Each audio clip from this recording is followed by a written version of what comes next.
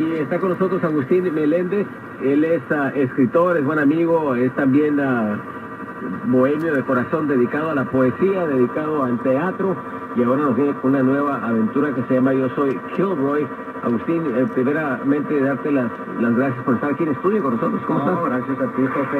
Encantado de estar aquí contigo, saludarte. Hablando de la escritura, acércate más al micrófono, nos dice Alicia en El País de las Maravillas. Aquí estamos. La escritura es una de las disciplinas más difíciles, porque cuando empiezas a escribir te das cuenta de cosas que te aparecen que no habías pensado antes. Sí, correcto. Empiezas con algo y nunca sabes hacia dónde. Aunque tengas una idea clara, una premisa hacia dónde quieres ir, siempre las sorpresas en el camino son las más agradables, ¿no? Descubriendo el terreno. Sí. Y cuando tú decides escribir, por ejemplo, una obra de teatro, o una novelita, o un ensayo, ¿dónde empiezas? ¿Cómo empiezas?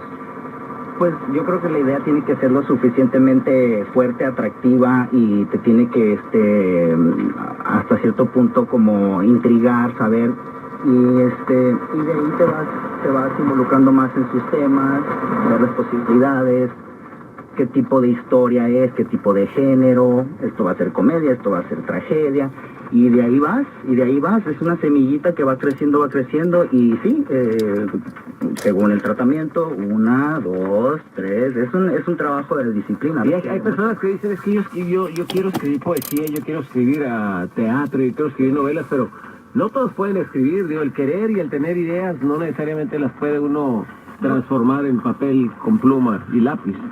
Sí, correcto. Yo reconozco que yo soy un escritor muy perezoso. O sea flojo, exacto. O sea, tengo muy poca obra. Me he tomado mi tiempo a través de estos años para escribir. Me he tomado bastante tiempo. Por ejemplo, nomás solamente tengo 2 publicaciones y mayormente obras de teatro. Y esto es por lo mismo, porque creo que requiere de un tratamiento y de una atención muy que en mi caso requiere demasiada concentración, y no lo logro. Hay otros que una tras otra, yo admiro eso. ¿Y qué te provoca para escribir algo? ¿Qué te inspira para escribir algo? Pues lo que pasa es que siempre desde muy joven he tenido el gusto por la poesía. Y luego, eres joven todavía, no es como que estás muy viejo. Bueno, pues, pero digo, de niño, digamos, secundaria, 15 años, 16 años, empezando por la poesía y un poco de cuento. Pero descubrí el teatro finalmente, lo que es la literatura dramática, en sí el teatro. Pero la literatura dramática, el teatro, supongamos, es como el papá del cine y la televisión. Es escritura dramática, no es una narración, no es un ensayo. Y eso es que lo descubrí temprano, digamos, ya a partir de los 20 años, y es lo único que he hecho. En realidad, mi trabajo y mi obra es teatro. Ahora se ha trasladado al cine. Sí, antes de hablar del cine, la gente va poco al teatro. La gente no hay una cultura de leer, por ejemplo, como había antes. Ahora todo es 140 letras o menos. Sí, correcto. ¿No? Es impresionante la diferencia, la deficiencia de los programas educativos en México, el sistema de educación mexicano, que no existe una materia como en Estados Unidos, que es drama. ¿Y en Centroamérica tampoco? Tampoco. No, yo no sé específicamente por ejemplo, en casos como Argentina, en España, en donde sí existen programas, pero esos son programas alternativos, no que son parte del gobierno. En México no existe. De por sí la lectura es difícil, digamos, no difícil, sino es un hábito que le tienes que encontrar el gusto. Ahora desarrollar un hábito por la literatura dramática es mucho más complejo. Digamos, uno empieza a leer los diálogos y se va perdiendo. Tienes que regresar a la lista de personajes. Y tú empiezas hablando de personajes, ¿tú empiezas con un personaje o empiezas con un tema particular que diga, por ejemplo, quiero hablar del asesinato de Jaruski, que fue un tipo horrible en mi vecindario, era un tipo que vendía drogas, entonces quiero cortar de cierta forma su obra? Y sí, por ejemplo, hay unas obras, unas y otras nacen de distinta manera. Al principio, por ejemplo, era mucho ese tipo de trabajo en donde quiero escribir este tipo de obra, por ejemplo, que aborde el tema del graffiti.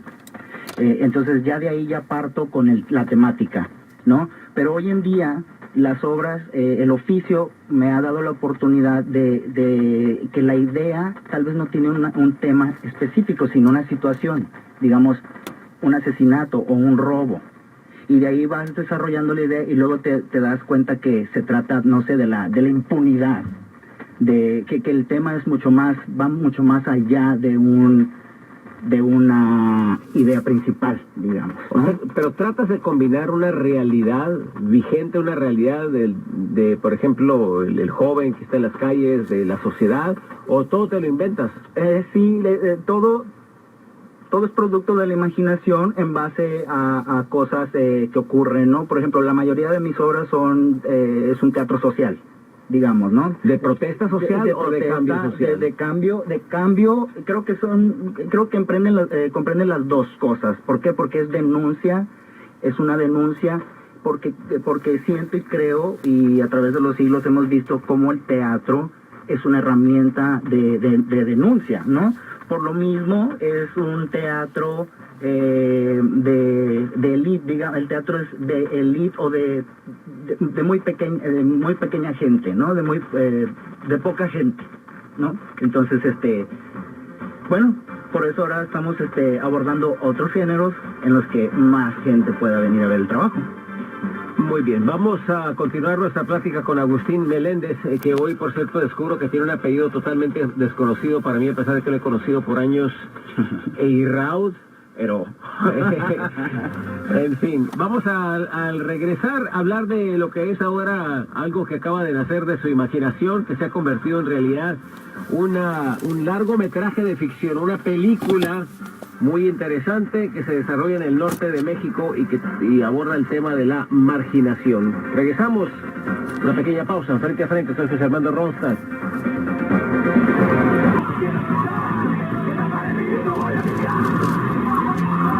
Estamos tomando el sonido directamente de tu película y tú estás aquí con una sonrisa. Si fuera esto televisión, la gente iba a poder ver el orgullo que sientes de escuchar, ¿no? Aquí como invitado frente a frente, de escuchar algo a lo que tú le diste luz.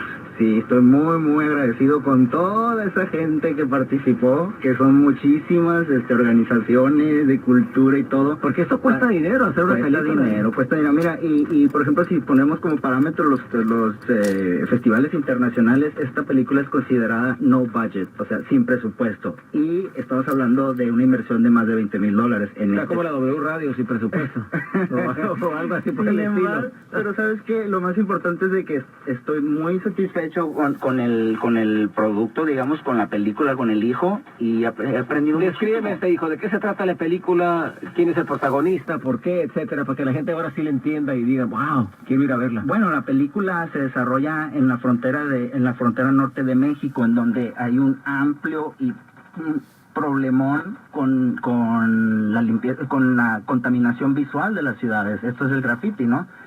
Entonces la película trata sobre un muchacho que lo meten a la cárcel por utilizar un nombre que es una leyenda que se llama Kilroy. Este graffiti apareció en la Segunda Guerra Mundial. Hitler, Stalin, muchos líderes de aquella época trataron de descubrir quién estaba detrás de este nombre Kilroy. ¿Y quién era Kilroy? Porque pensaban que era un espía. Nunca se supo, la guerra se acabó, llegaron hasta los años creo 60, 70... y se supo que era un soldado norteamericano que firmaba con su apellido los fuselajes de los aviones para no volver a hacer la contabilización de los remaches, o sea, los clavos que le ponían a la lámina. O sea, ya está. Sin embargo, el primer fenómeno del graffiti en el mundo, bueno, digamos, no estamos hablando de las pigmentaciones ni las eras de la caverna donde allí sí, porque ahí había graffiti, ¿verdad? Ahí mis antepasados, ahí eran grafiteros. Bueno, ahí estaban tus abuelos. Digamos, en la era moderna. Este es el concepto del graffiti, la persona que pinta y no la ves y luego va y reproduce esa pinta en otra parte. Entonces, tomamos, en base a esta leyenda, es que el niño protagonista de la película imita el nombre. Y entonces en la película toca el tema de quién es Kilroy. El nombre empieza a aparecer en las pancartas políticas. Hay elecciones ese año. Y todas las pancartas políticas, los espectaculares, los billboards, todo empieza a aparecer el nombre Kilroy. plasmado, ¿no? Entonces te vas enterando, y no les voy a decir de que, en cómo terminan las cosas, de que todos son Kilroy y a la vez no es nadie. Y Es un fantasma. pero es una forma de denunciar también al gobierno. Sí, pues de ahí me baso, porque inclusive hice una investigación y me metí ahí en algunas oficinas de gobierno donde hay programas anti-graffiti, pero no sirven de nada. Entonces, habla sobre la marginación de los jóvenes en la frontera mexicana y cómo no tienen oportunidades para realmente crecer como artistas, ¿no? Digamos, programas, aunque existen, hay mucha polémica detrás del dinero que se utiliza para fomentar. En el teatro siempre se espera una catarsis, no siempre se espera que uno vaya al teatro y que el público salga sacudido, el alma estremecida, salgan con cierto tipo de experiencia que los haga reflexionar en algo. Totalmente, la catarsis aquí en esta película es brutal porque nunca te imaginas que el final va a ser tan devastador. Es una película con una visión pesimista de la realidad que se vive en ¿Y a quién la diriges? ¿A la juventud, lo diriges a los adultos o lo diriges a la sociedad en general?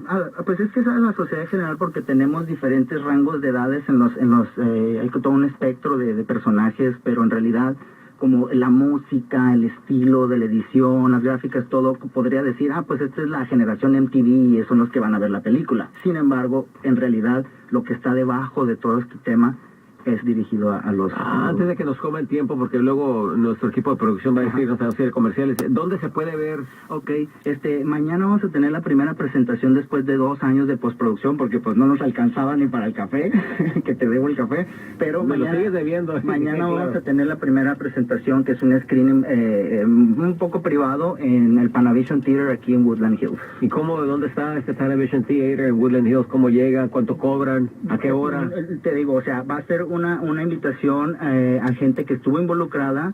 Te digo, son apenas 50 butacas, pero a partir de enero vamos a estar en el circuito de festivales. Nos vamos a San Diego Latino Film Festival y de ahí partimos. Entonces, ahorita es como que nomás una presentación muy privada, muy pequeñita para la gente, amigos, familia. Y yo no tengo la dirección aquí conmigo, pero creo que tú la tienes. Por si tus radioescuchas están interesados. Pues sí, ellos están en el 6219 de Soto Avenue, en la ciudad de Woodland Hills. Esto es Panavision Studios Theater and Museum. Pero sin embargo, como dices, esto no es para todos, pero sin embargo, aquí tienes una obra. A los amigos tuyos como nosotros tenemos que llevar nuestro pan, nuestro café, porque me imagino que el presupuesto todavía sigue siendo bajo para los invitados que van a ir a ver. ¿Qué les dices a las personas aquellas que te van a decir, pero es que Agustín, tú lo que estás haciendo, estás glorificando a los grafiteros? Sí, de hecho es la premisa de la película es el graffiti? ¿Qué es? ¿Es arte o es vandalismo? ¿Y qué es? Es que no hay una respuesta. Porque la sociedad lo castiga. Aquí tenemos un problema enorme de graffiti. Exacto. Porque sí es cierto, hay expresiones en graffiti que son muy artísticas, que tienen cierto valor, que tú dices, wow, este tipo debería ser todo un pintor. Sin embargo, vemos también que muchas veces daña la propiedad privada. Es que es un tema muy controversial. Aquí las leyes son muy duras. Creo que ahora hasta los papás son los que terminan pagando lo que el muchacho va y... ¿Por qué se da el fenómeno del graffiti, en tu opinión, en tu investigación? ¿Por qué es que los jóvenes se expresan a través del graffiti? Yo siento que es una falta de identidad. La adolescencia es muy canija. No sabes hacia dónde vas. Y creo que es una forma de rebelión y una inquietud artística, pero no está bien dirigida. Ahí es donde entra el gobierno, ¿verdad? Y los programas sociales para arreglar el problema. Pero cuando tú haces tu investigación dices que te lo haces específicamente en la frontera y eso